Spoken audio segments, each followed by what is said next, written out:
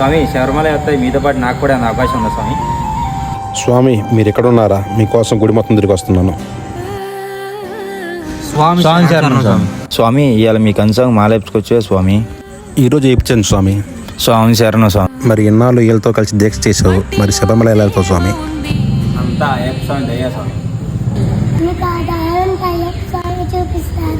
స్వామి శరణం స్వామి. అంత స్వామి